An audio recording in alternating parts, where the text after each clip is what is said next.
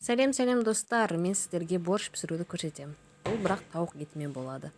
Ең бірінші пиязымызды соломкаға етіп турап аламыз. Көбіктеп турасаңыз да болады.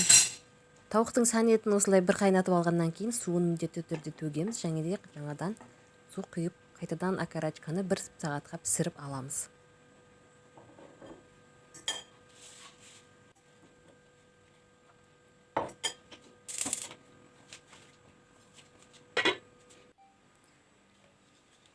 Және сәбізімізді өткіштен өткіземіз. Мен осы өткішпен өткіздім. Сіздер қалаған өткіштеріңізді өткізсеңіздер болады.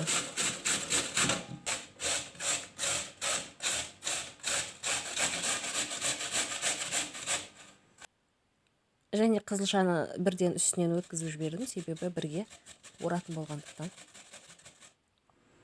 Екеуін жақсылап өткіште өткізгеннен кейін табамызға алып май құйып, бірінші пиязымызды кішкене қызарғанша қуырып аламыз.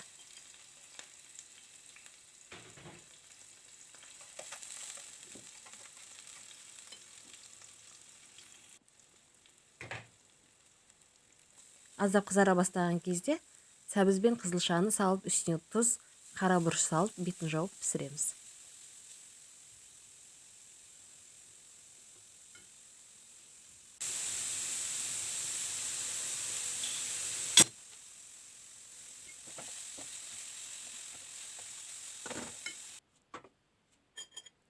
Және тауық етіміз қайнағаннан кейін жартылай піскен қызылшаларымызды үстіне саламыз да, картошканы да бірге саламыз.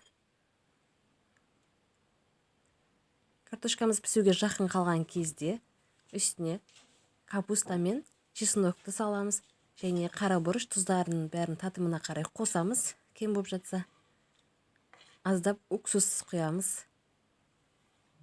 1-2 қасық қант саламыз.